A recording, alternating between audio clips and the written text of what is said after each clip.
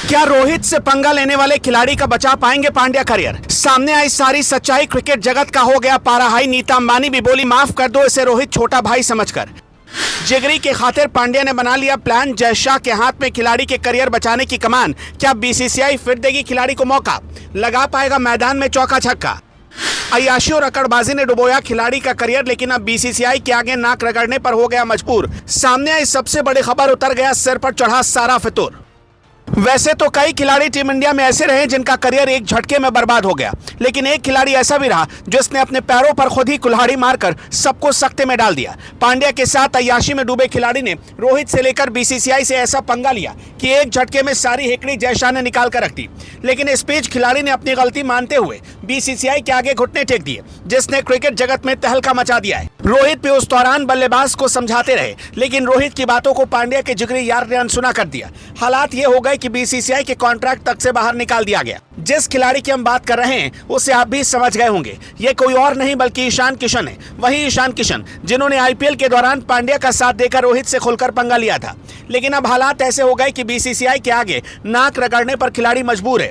हालांकि ये भी पता लगा है कि पांड्या ही अपने जिगरी का करियर बचाएंगे, इस बारे में आपको आगे बताएंगे। लेकिन उससे पहले बीसीसीआई के लिए ईशान किशन ने क्या कुछ कहा उसको जान लेते हैं। दरअसल ईशान किशन बिहार के रहने वाले हैं और वो कई बार टीम इंडिया के लिए कई मैचों में संकट मोचक बनकर उभरे हैं, लेकिन पिछले काफी समय से वो टीम से बाहर चल रहे हैं। लेकिन अब खबर है कि ईशान किशन और बीसीसीआई के बीच चल रही जंग खत्म होने को है। ऐसा दावा है अब ईशान किशन ने हार मान ली है। बीसीसीआई के निर्देशों को मानते हुए किशन अब रणजी ट्रॉफी में हिस्सा लेने वाले हैं। इस बात का खुलासा तब हुआ जब किशन ने एक इंटरव्यू में पिछले 6 महीने में हुए बीसीसीआई और उनके विवाद पर खोलकर बात की। उन्होंने कहा कि मानसिक थकान के चलते ब्रेक लिया था, लेकिन फिलहाल अच्छा महसूस कर रहा हूं और आने वाले रणजी सीजन के लिए मुंबई में तैयारियां कर रहे हैं। किशन ने कहा कि उन्हें घरेलू सीजन का इंतजार है और वो झारखंड के लिए अच्छा करना चाहते हैं। बता दें कि ईशान किशन को रणजी ट्रॉफी में हिस्सा न लेने के चलते जय शाह ने कॉन्ट्रैक्ट से बाहर कर दिया था। हुआ कुछ यूं था कि ईशान किशन साउथ अफ्रीका दौरे से मानसिक थकान का हवाला देकर ब्रेक पर चले गए थे, लेकिन वापसी के बाद बीसीसीआई ने